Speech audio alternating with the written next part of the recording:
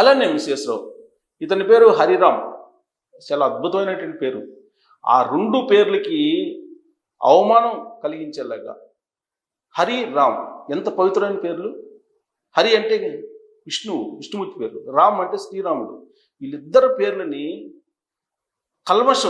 కలుషితం చేస్తూ ఇతను చేసినటువంటి నికృష్టమైనటువంటి పని ఏంటో తెలుసా?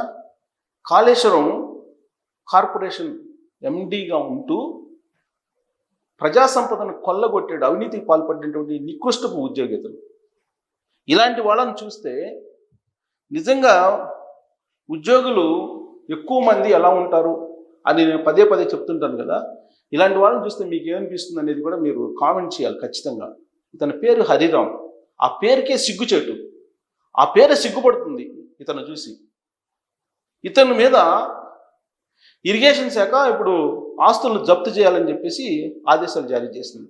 జారీ చేస్తే 28 ఎకరాలు ఒక చోట, 6 ఎకరాలు బొమ్మల రామవరంలో 6 ఎకరాలు, హైదరాబాద్లో మరో చోట 28 ఎకరాలు, మొత్తం 34 ఎకరాలు. 34 ఎకరాల భూమి హైదరాబాద్ చుట్టుపక్కల ఉందండి. ఇతని ఆస్తి ఎంత ఉండాలి? ఇది కాకుండా జప్తు చేసినట్టు ఆస్తులు చెప్తున్నాను నేను. ఇంకా ఎంక్వైరీ జరుగుతుంది. ఇంకా జప్తు చేయాల్సినటువంటి ఆస్తులు ఉన్నాయి. ప్రాథమిక దశలోనే నేను చెప్తున్నాను. ఇప్పటి వరకు వచ్చినటువంటి ఇన్ఫర్మేషన్ ప్రకారం పటాన్ చెరువులో 20 గుంటలు భూమి పటాన్ చెరువులో, షేక్పేట, కొండాపూర్ ఈ 2 చోట్ల విల్లాలు. షేక్పేట, కొండాపూర్ అంటే హైదరాబాద్లో ప్రైమ్ లొకేషన్స్. ఈ 2 చోట్ల 2 విల్లాలు ఇతనికి. మాదాపూర్, శ్రీనగర్ కాలనీ, నార్సింగుల్లో 2 ఇళ్ళు, ఇండివిజువల్ హౌసెస్, G+4 2 ఇళ్ళు. ఎక్కడెక్కడ? Madhapur, Srinagar colony, Narsingi prime locations. ఇవన్నీ కూడా కనీసం 20 కోట్ల నుంచి 10 నుంచి 20 కోట్ల రూపాయల విలువైనటువంటి ఆస్తులు ఇవి ఒక్కొక్క ఇల్లు. మాదాపూర్, శ్రీనగర్ కాలనీ, నార్సింగ్లో 2 ఇళ్ళు. అలాగే ఫ్లాట్లు, ఎన్ని ఫ్లాట్లు ఉన్నాయో తెలియదంట, ఇంకా లెక్కేస్తున్నారంట. కుత్బుల్లాపూర్, మిర్యాలగూడలో ఫ్లాట్లు, కుత్బుల్లాపూర్, మిర్యాలగూడ అక్కడ కూడా ఫ్లాట్లు. ఇక ఇది చాలక అమరావతిలో ఇతను స్థలం కొన్నాడు, అక్కడ పొలం కొన్నాడు. అక్కడ స్థలం అంటే 2 ఎకరాలు కొన్నాడు. అమరావతిలో స్థలం కొన్నాడు.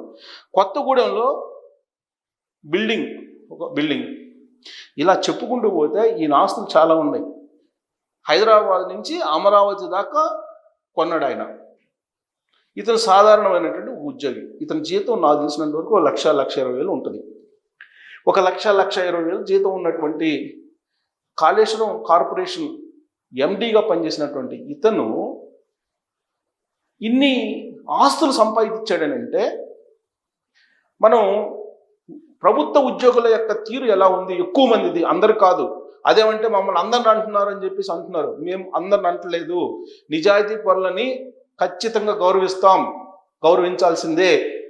వాళ్ళని ఖచ్చితంగా వాళ్ళకి అండగా ఉండాల్సిందే. కానీ ఇలాంటి వాళ్ళని సమాజం కనుక సహిస్తూ పోతే ఇలాంటి వాళ్ళు ఇంకా 10 మంది తయారవుతారు.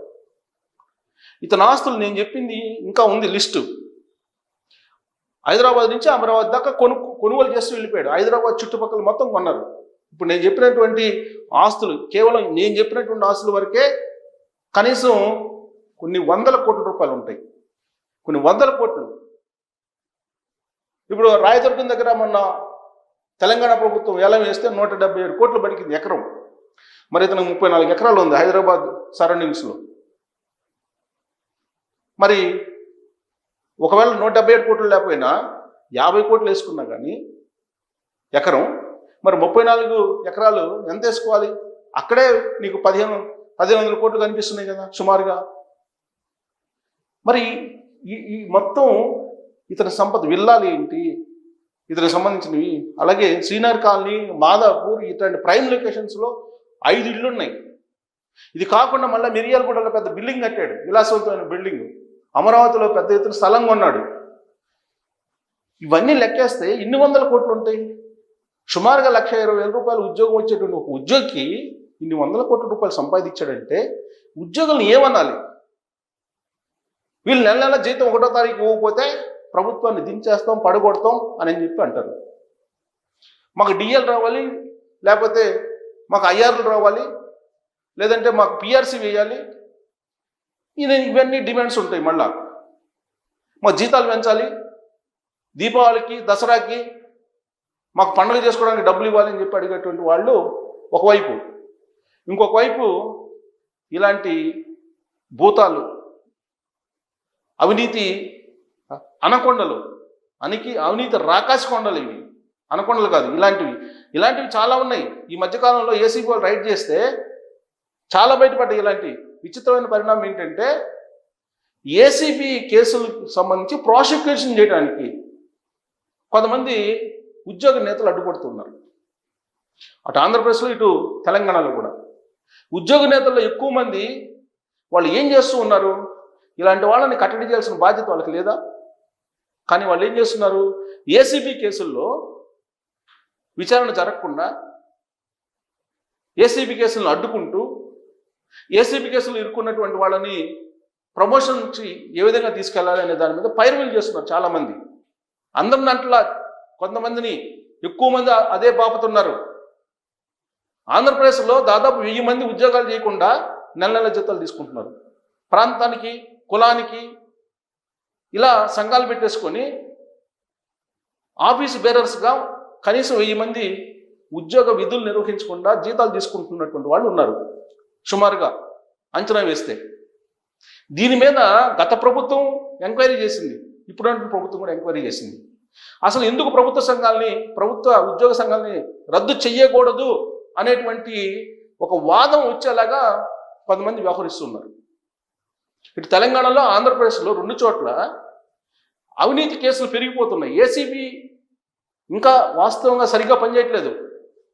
ఏసీబీ కనుక వాస్తవంగా పనిచేస్తే ఎన్ని ఇలాంటి అనుకొండలు బయటకు వస్తాయో. ఇవాళ సమాజంలో డబ్బులు ఉన్నాయనంటే ఉద్యోగుల దగ్గర, కొంతమంది దగ్గర, అలాగే కొంతమంది రాజకీయ నాయకుల దగ్గర మొత్తం పోగుబడింది డబ్బంతా కూడా. అందుకే భారతదేశ వ్యాప్తంగా పరిస్థితి ఏంటి, మొత్తం సంపదలో 60% 1%కి వెళ్తే 40% మొత్తం 99% పంచుకోవాల్సిన పరిస్థితి వస్తుంది అని చెప్పి చెప్తుంది భారతదేశం. ఇలాంటి సిచ్యువేషన్ ఎందుకు వచ్చిందంటే ఇలాంటి దుర్మార్గుల కారణంగానే వచ్చింది. అందుకే గవర్నమెంట్ ఆఫ్ ఇండియా ఒక అంచనా వేసింది, అసలు కరప్షన్ ఎంత ఉంది అని కరప్షన్ చూస్తే ఇదిగోండి, ఇది కేంద్ర ప్రభుత్వం విడుదల చేసినటువంటి corruption chart, most corrupted departments in India. ఇది గవర్నమెంట్ ఆఫ్ ఇండియా అంచనా వేసి విడుదల చేసినటువంటి చార్ట్ ఇది. దీన్ని చూసి అవినీతి పరులైనటువంటి ఉద్యోగులు సిగ్గు తెచ్చుకోవాలి, అలాగే అవినీతి పరులైనటువంటి రాజకీయ నాయకులు తలదించుకోవాలి. ఇంకా మళ్ళీ వాళ్ళంటే వాళ్ళు ఏమంటారు తెలుసా, ఉద్యోగస్తులు కష్టపడతారు, రాజకీయ నాయకులు అవినీతి పాల్పడతారని కొంతమంది అంటారు. కనీసం ఇది చూసి ఆలోచించండి. నిజాయితీ పరులైనటువంటి ఉద్యోగులను కానీ, రాజకీయ నాయకులను కానీ ఖచ్చితంగా కించపరిచే అర్హత ఎవరికి లేదు. కేవలం అవినీతి పరుల గురించి మాత్రమే ఖచ్చితంగా పదే నిలదీస్తారు. ప్రజలు నిలదీసే హక్కు ఉంది. అందుకే రాజ్యాంగంలో పొందుపరిచినటువంటి 311ని రద్దు చేయాలి, ప్రభుత్వ ఉద్యోగులకు ఇచ్చినటువంటి రక్షణకు సంబంధించినటువంటి ఆర్టికల్ రద్దు చేయాలనేటువంటిది ఢిల్లీలో నినాదం వినిపిస్తుందంటే ఇలాంటి వాళ్ళని చూసి కదా. చూడండి, కరప్షన్ చూడండి. ఎక్సైజ్ ఆఫీషియల్స్లో 38% ఉంది, పవర్ డిపార్ట్మెంట్లో 41% ఉంది, ట్రాన్స్పోర్ట్ డిపార్ట్మెంట్లో 42% ఉంది, పోలీస్ 43 ఉంది, ఫైర్ డిపార్ట్మెంట్ 45 ఉంది, ఇన్కమ్ ట్యాక్స్ 47 ఉంది, మున్సిపల్ కార్పొరేషన్ 57 ఉంది, పొల్యూషన్ డిపార్ట్మెంట్లో 59 ఉంది, జిఎస్టీ ఆఫీషియల్స్ 62 ఉంది, ప్రాపర్టీ అండ్ ల్యాండ్ రిజిస్ట్రేషన్ ఇది రెవెన్యూ ట్రాన్స్ఫర్ ఇది చూడండి 68% ఉంది, లేబర్ పిఎఫ్ డిపార్ట్మెంట్ ఆఫీషియల్స్ 69 ఉంది, other departments officials legal metrology food 75 ఉంది. అంటే 38 నుంచి 75% వరకు కరప్షన్ ఉందనంటే మరి ఉద్యోగ సంఘ నేతలు ఏం చేస్తున్నారు? వీళ్ళని అదుపులో పెట్టాల్సిన అవసరం లేదా? వాళ్ళకి ఆ బాధ్యత లేదా? వాళ్ళకి ఉంది కదా బాధ్యత. ఆ బాధ్యత లేకుండా వ్యవహరిస్తే రాబోయేటువంటి రోజుల్లో నేపాల్, శ్రీలంక, బంగ్లాదేశ్ ఏం జరిగిందో అందరికీ తెలుసు. అలాంటి పరిస్థితి రాకుండా ఉండాలంటే ఇలాంటి దుర్మార్గపు ఉద్యోగుల్ని, ఇలాంటి సిగ్గులేనిటువంటి ఉద్యోగుల్ని అదుపులో పెట్టాల్సిన బాధ్యత ఉద్యోగ సంఘ నేతల మీద ఉంది. లేదు మాకు హక్కులే కావాలి, బాధ్యతలు అవసరం లేదనుకుంటే రాబోయేటువంటి రోజుల్లో మరో నేపాల్, మరో బంగ్లాదేశ్, మరో శ్రీలంక భారతదేశంలో చూడటానికి ఎంతో దగ్గరలో లేదు. ఇప్పటికే అక్కడ ఢిల్లీలో మొదలైంది. జన్జడ్ ఏ విధంగా అయితే నేపాల్లో బయలుదేరిందో ఇక్కడ జన్జీ ఉద్యమం రావాలని చెప్పి రాహుల్ గాంధీ గారు చెప్తున్నారు. కేటీఆర్ గారు కూడా తెలంగాణలో చెప్తున్నారు. అది కనుక వస్తే ఏ విధంగా అయితే నేపాల్లో వెంటబడి వేటాడి అవినీతి కోరుల్ని కొట్టారో అలాంటి పరిస్థితి వస్తుంది. మరి అలాంటి పరిస్థితి రాకుండా జాగ్రత్త పడతారా, లేదంటే ఇలాంటివి జరుగుతూ ఉంటాయి కానీ మమ్మల్ని ప్రశ్నించకూడదని చెప్పి అంటారా? దీని మీద మీరు కామెంట్ చేయొచ్చు. Thank you.